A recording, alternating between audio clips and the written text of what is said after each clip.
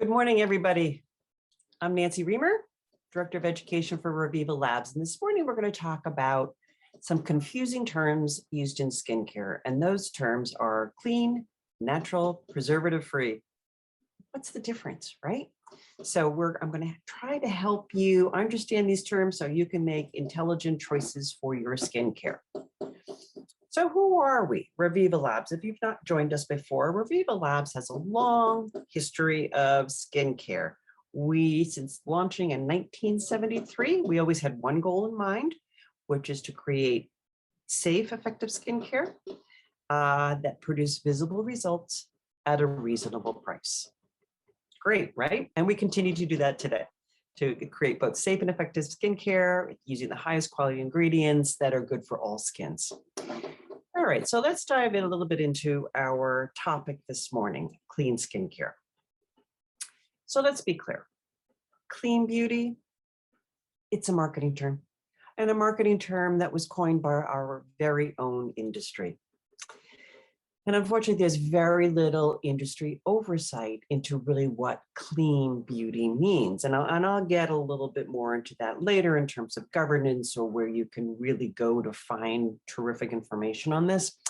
But basically where we are today is it means that any brand can claim that their product is clean without really having to offer any proof. And that's the rub there. So what clean beauty means to Reviva, since we're all allowed to define it for ourselves, what it means to us is that we carefully review ingredient information. We work directly with our suppliers. We know where those supply chains are coming from. We seek out, ingredients, natural ingredients. I mean, like real natural stuff. And I'll get into natural in a minute, but when possible. But we're not afraid to combine that with maybe some of the latest scientific cosmeceutical ingredients, okay, like ceramide or something like that. So we try to use a combination, but it's all thoroughly vetted. We use scientific research to understand the possibilities of ingredients. So for example, using peptides or antioxidants, and we study to make sure that they are safe when we look at all the data. We source from ethical suppliers that deliver safe, clean ingredients. And again, it's about that supply chain and knowing where that supply chain of those ingredients come from. We select the best possible ingredients that offer both results and very low safety concerns. And we formulate in a manner that is safest for humans and Mother Earth. You can't do more than that. So that's what clean means to Reviva Labs. Now let's talk about natural skincare. That term also can mean a lot of different things, like the clean beauty term, and it's not regulated.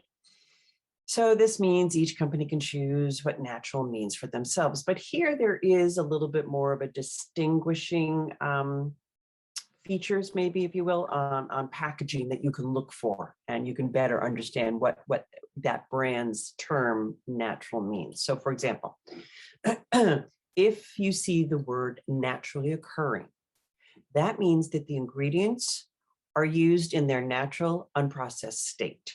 So for example, like raw honey, crushed flowers, lavender comes to mind. I think of these in terms of more body care products, but then again, we'll get into what vegan skincare is too in just a minute. So that naturally occurring would probably be used in that category, a little bit more vegan than anything else. Natural identical is another term you can look for. Those are ingredients that are produced in a lab and are chemically identical to that natural source that occurs in nature. So, but that's just recreated. So they sort of bioengineer it. So for example, sorbic acid is originally derived from a rowan berry, right? But it is now commonly included in the natural identical ingredient listing. Synthetic is at the far end of the other spectrum. That's where ingredients are created and processed in a lab. Nothing natural about it. but yeah, so parabens comes to mind as something that was totally created from scratch. So different from natural identical. They're using something that's natural and just recreating it. And that's done all the time. So you get the same results. But synthetic is synthetic. Okay, anyway, that's something that you can look for. Okay, vegan skincare. Vegan products are created without using any animal extracts or animal byproducts.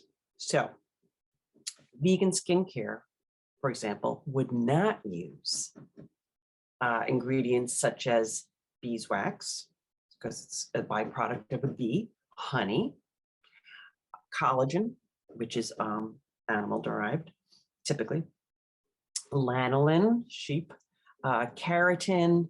Carmine is interesting because that's usually a colorant, but that's extracted and gotten from a bug, a beetle, actually. And silk.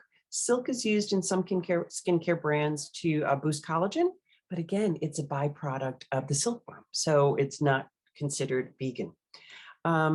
So vegan brands tend to use just plant-based or synthetic ingredients, like I mentioned in the previous slide, the natural identical ingredients, and are never tested on animals. So, but there are trade-offs to using vegan beauty, just that you should be aware of. I'm sure there's many, many good products out there. So the great part about vegan products are that they do not test on animals. So they're very, sort of, if that's your value system, you can feel comfortable using a vegan product. And you should also feel comfortable knowing that you're probably getting more topical vitamins and minerals because they're coming directly from plants. That could be good for your skin. However, they also have a tendency, because they are derived from plants, to cause some irritation or a contact allergy. So just test it on your skin or try to get a sample of a product first that you may be interested in, and make sure that you don't have a reaction to that plant. Are we going vegan at Reviva Labs? We get this question a lot. Very flattering that people, come to us with these questions and concerns because we're a popular skincare brand. And unfortunately, we receive grief and praise for the choices that we make in our ingredients. And we really try to listen to both sides, but it's not black and white for us. We have to really seek out that middle gray area, if you will, and carefully consider, based on that list that I listed before, of how we really analyze the ingredients, and when we're seeking clean beauty, what that means for us. But bottom line, it always comes down to reviewing the science for us. We look at scientific advances, we look for trends in ingredients, and we're ready to switch to alternatives in our ingredients in the future. In fact, we've recently done that with our preservative systems, which I'll get into in a minute. So the other thing that we do and formulate, we formulate with the goal to deliver products that are human safe and safe long-term for the planet. And that's one of our value systems. We provide renewable supplies. So we make sure that any ingredient that we use is renewable. We're not taking some obscure thing that's going to deplete, the Amazon or something like that. We don't test on animals. We strive to reduce our packaging or to make it more recycle friendly. For example, we recently switched from plastic airless pumps to glass bottles. And we're considering doing the same for our jars too, replacing our plastic jars from moisturizers to glass. And we've eliminated the sealing discs that are in our moisturizers. Those are the discs when you unscrew the cap and there's like that plastic shield or seal. We've eliminated that and instead switched to pressure sensitive lined lids. So we're always trying to balance safety, affordability, and product preservation. Now, speaking of preservation, trying to go preservative free which sometimes we get asked to do too. It's a challenge. It's a real challenge, and not always the way to go. Let me put it that way. So let's figure out first why we need preservatives. Products typically last for about 30 days. And for a product to remain shelf stable or longer than those 30 days, it needs preservatives. If there are no preservatives, the active ingredients, the ingredients that we want for our skin, become inactive and the product may go bad. The presence of water in a product makes it possible for waterborne bacteria to contaminate the whole product. And remember, you're often dipping your fingers into your moisturizing jar, or maybe touching the end of a serum dropper. All of that's transferring germs potentially. So you need something in there to help fight those, just naturally occurring germs that happen. So it's necessary to protect the product from bacteria, particularly since water is usually the first ingredient in hydrating products. So that's the biggest area that we're protecting ourselves from, is water. So preservatives basically prevent bacteria from growing. They kill microbes, the cells that also collect when products are left open, or too many fingers in the pot.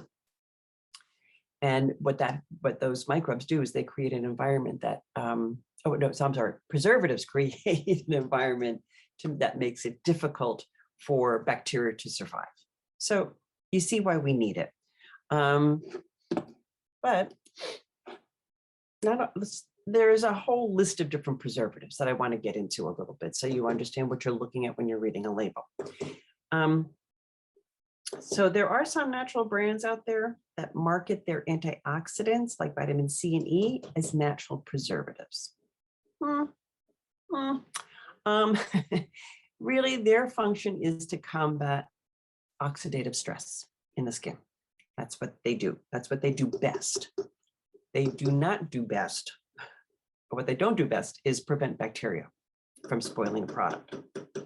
So preservative-free cosmetics will use things like honey, grapeseed extract, rosemary, and label them as a preservative. And believe me, those three that I listed right there, they're good ingredients, perfectly safe, good ingredients, but they don't necessarily help or protect you against the form, or your product, to protect your product against the formation of microbes or bacteria. So just a little bit of insight there. Now, there certainly are preservatives to avoid, and some of the biggest ones end in the word paraben: butyl paraben, propyl paraben, isopropyl paraben, isobutyl paraben. Look for those. And if you see those on a label on your skincare, you want to avoid that. All parabens have been linked to disrupting hormones and in the body, and are believed to maybe be a precursor and are linked to breast cancer. So just stay away from those. But there are certainly safe ones you should look for that are safe and effective. So sodium benzoate is one of those. It's a food and a cosmetic preservative that has been recognized by the Food and Drug Administration as having GRAS status, which means generally recognized as safe. Means they're always looking at it and making sure that it will continue to be safe. Phenyloxyethanol, it's an ether used in fragrances and in skincare, and it's considered practically non-toxic when ingested. It's amazing, and non-irritating when it's diluted. And propylene glycol is a compound that has also proven microbial properties that protects a skincare product. Oops, went back, forward. Okay, some other ingredient names that are specifically preservatives that you might want to look for.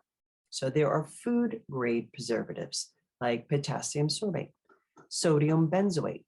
Those words are probably familiar to you. Those are food grade preservatives, meaning like if you ingested them, they'd be fine.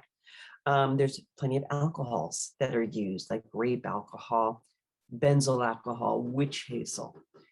Plants. Now, those don't look like plant names, but those are preservatives that are from plant extracts. For me, I see a lot of ethyl hexaglycerin in products, and I'm always happy to see that because I know it's a safe preservative. And there are synthetic ones that are perfectly good too. So I think this is a very informative list that you can feel confident when purchasing a product if you see those words.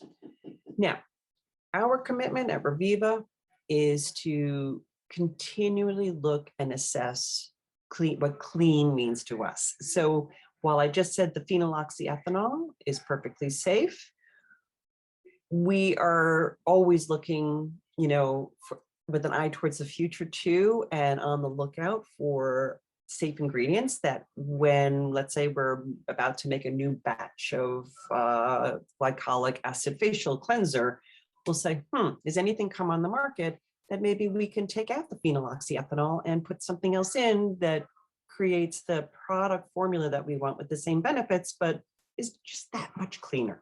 So we've done that. When I think we're probably past these 23, we might be into 30. So that's almost 3/4 of all of our products that we have. So it's just know that we have a strong commitment that, we don't look at a product and say, oh, well, we've always made it this way. We say, okay, this is a great product. Our consumers love it. How can we make it even better and still keep the same consistency, feel, and benefit? So I can really get behind that. Okay, governance. Let's talk about governance. As I said at the top, everybody can call clean beauty what they want, natural beauty. It's a sort of a free-for-all out there. And it is in part because there's not an oversight of the industry. So we have, in fact, the US, when I say we, have fallen behind when it comes to governing cosmetic safety. The last act that was signed into law for safety in food, drug, and cosmetics was in 1938.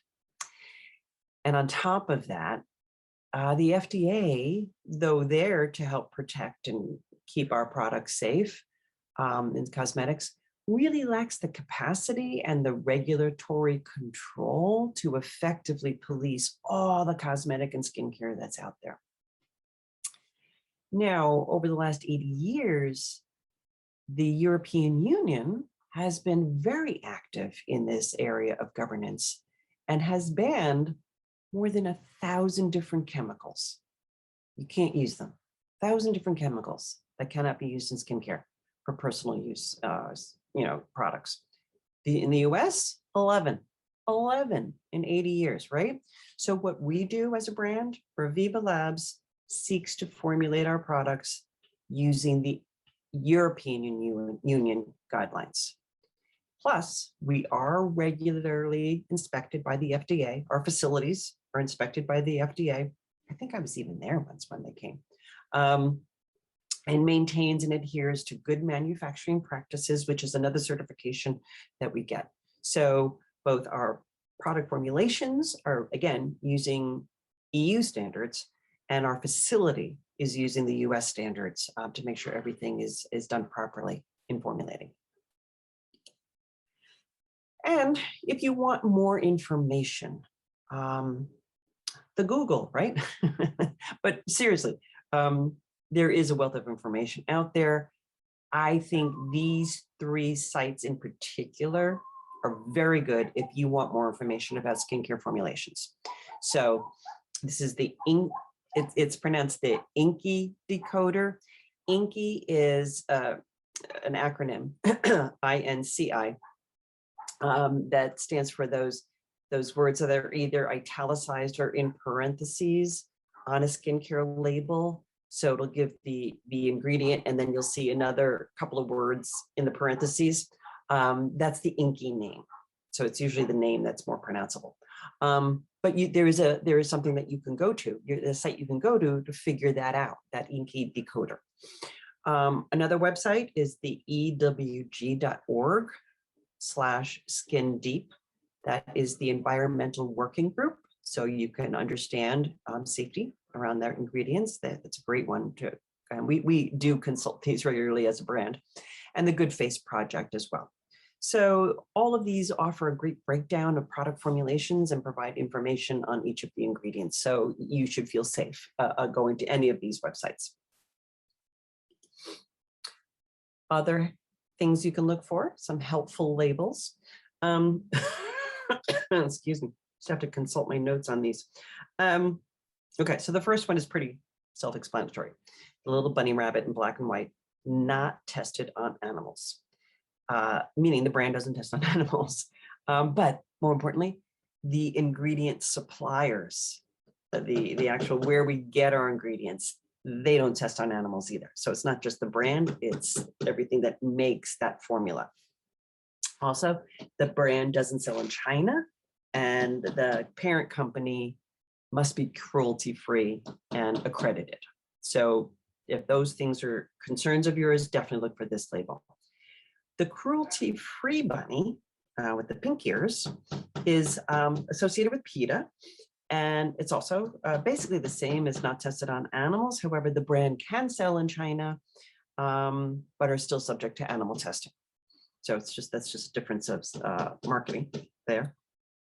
The arrows, twisting arrows, indicates that it's recyclable. You probably know that one. That the object is capable of being recycled. Let me put it that way. So if your local town, county, state accepts recyclables, this would be accepted then. There's different laws in every city practically. The next one, made in the USA. That can't get more clear than that. The last one, the stripe climate, is really interesting, and you will see that on our brand labels, some of them. This is an online payment platform that enables the brand. When somebody uses Stripe Climate payment, the brand has said that they would donate a certain percentage of the proceeds of each Stripe payment to helping emerging carbon removal technologies. So it's a win-win, right? If you pay with Stripe Climate, then we, the brand, Reviva, will donate 1% of the proceeds from that product to helping technologies that help the environment. Pretty great, huh? So look for that one. And the future. Yeah, that sort of does link us to the future, right? How can we all be part of the solution? And as a legacy brand, we have nearly 5 decades of being on the market. We have introduced and discontinued hundreds of products in those nearly 50 years. So what we remain committed to in the future, we don't see that changing, introducing, maybe discontinuing. We're constantly evolving and meeting our consumer needs, and they are changing. So in order to change with our consumers, we try to keep abreast of the latest research to guide our decisions and formulations. We've always done that, and we will continue to do that. And we need to change when change is necessary. We won't just do it to jump on a bandwagon. You don't have stability for 50 years by chasing every trend. If we need to change, we will. And we will always be guided by science and our desire to make products as safe and effective as possible. So that's our commitment to you. So hopefully this presentation has given you a little bit more insight in how to make educated purchasing decisions for your skincare. And as always, we thank you for your support of our products, of our brand, and we look forward to seeing you in the future. And I will see you next month. Okay, take care. Contact us if you have any questions. Contact us if you have any questions. And yeah, thanks for joining me. Okay, take care. Bye.